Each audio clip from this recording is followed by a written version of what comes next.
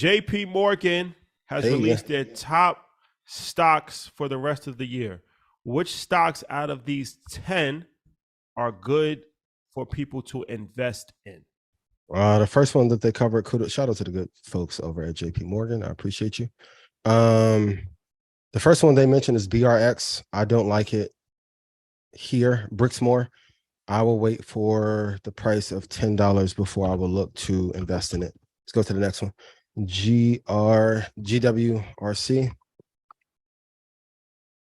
No, I wouldn't even give that as recommendation. And to give context, these were 10 for the month of December. I'm not looking for us to have short-term trades unless you're like in our investment group, but I wouldn't touch that one. Dollar Tree, I like. It's something that I've given out in Stock Club. That's probably the main one that I like the most. The price is too high. Stock Club members don't be mad. 104.15 is a price that I like for Dollar Tree, as long as we stay in a recession. So whenever we enter a recession, and plus quantitative easing eases up, means the free money goes away, and now we get to see what businesses are really good.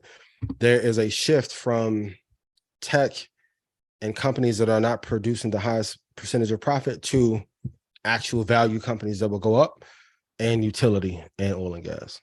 So I like Dollar Tree during a recession for sure. The next one is TRU. You can write it down, put on your watch list. I don't like it. I wouldn't touch it to $21. I wouldn't touch it if my child's life was on the line. Amazon. This is a Stock Club pick. I like it for sure. I would hold for the long term. It's going to be rough over the next year, but if it gets down to Stock Club, I won't give our price. I will wait for the 70s, like 70 flat before I touch it. JP Morgan announced that they are picking Amazon as its stock of the year. That sounds familiar. They have it overweighted at $145, saying stock of the year for what, next year? For 2023. The thing about these stock of the year picks. Well, let me just say why they're saying it first. They're not my picks. I agree, Shotty. Yeah, no, this is what they're saying. So they're saying that obviously the AWS is showing growth and more profitability.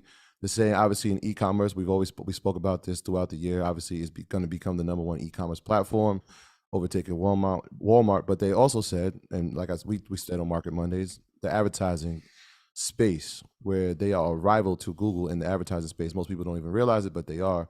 They see potential for maximum growth there. So they overweighted at 145. So they named it, it's their stock of the year. The thing about these stock of the financial space has turned into ESPN. Mm-hmm.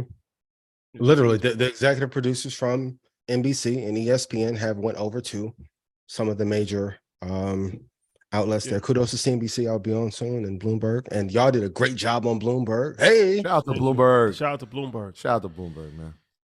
Shout out to Bloomberg. Good friends over there. But so when I'm saying at ESPN, I'm not even like joking. I'm just serious as far as the content structure, where you have debate shows and you give predictions. So it's like at the beginning of the year, you're predicting who's going to be the top quarterback. Mm-hmm. And you're predicting if LeBron is going to average more than 25 points. And you're predicting who's going to be the best team in the Western Conference.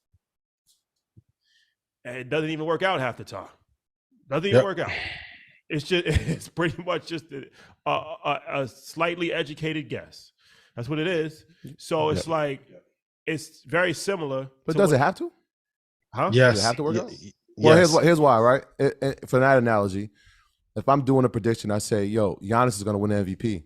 He'll probably finish in the top 3 for MVP, right? But he's had a great, right? I'm just saying. It's an educated guess. That's what I'm saying. But it's an educated guess. Now, it doesn't have to be dead on, but he's going to probably finish in the top 3 for MVP, right? If I said like Jason, or even better, Joker, right? If I said Joker is going to finish in the top 5, he's finished in the top 5 of MVP for the last 5 years.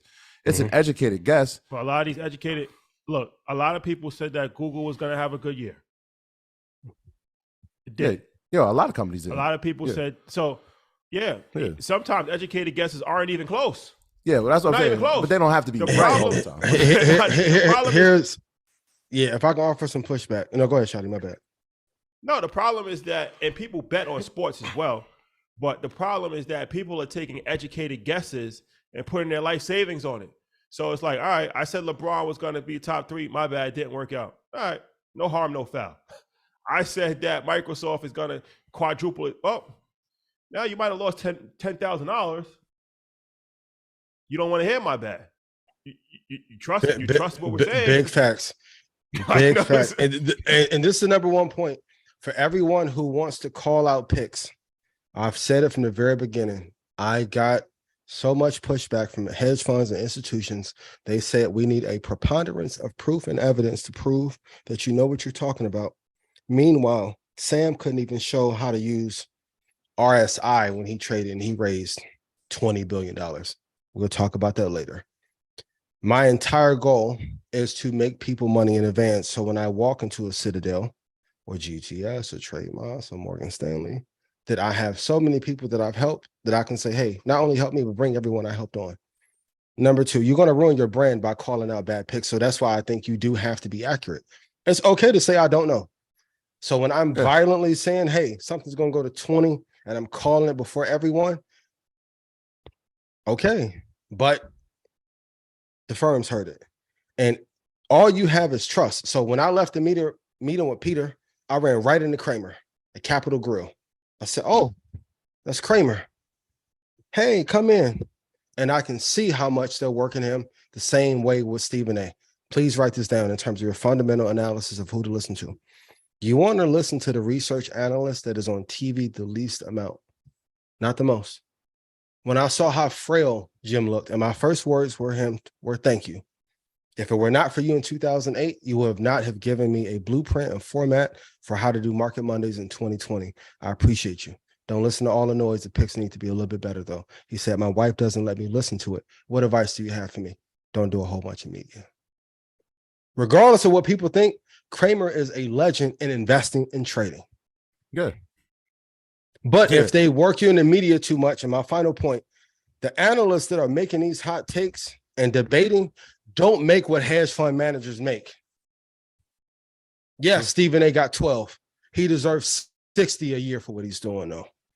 There are some junior traders right now working in firms that are making $3 and $6 million would have to work. Stephen A looking crazier by the day. Shout out to Jay Williams. Every day, Stephen A is looking crazier and crazier. Shout out to Jay Williams.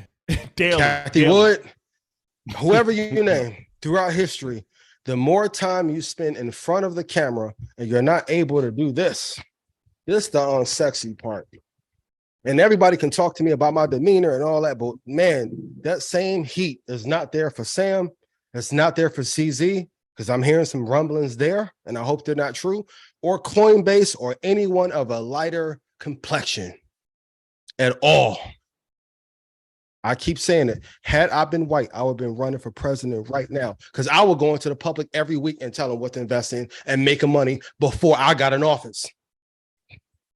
But Rashad Ian's demeanor has changed considerably since he's been doing the show. How didn't you see it? Okay. And Kanye go on and say what he say, and y'all say I'm crazy. Okay. That's for entertainment. This uprising is co-written by 85 South. Yeah. Bring that. Yeah. Yo, can we get the EN24s in the chat? I ain't doing no right. Let's do it. If it's not 500 or more, I don't care. Y'all can have whatever opinion y'all want to. All y'all copied the model remix, didn't show love, didn't hate. A lot of y'all are quiet, bro. My graduates from my school being Forbes, bag drop. Bag drop. A mic drop, bag drop. Bag drop.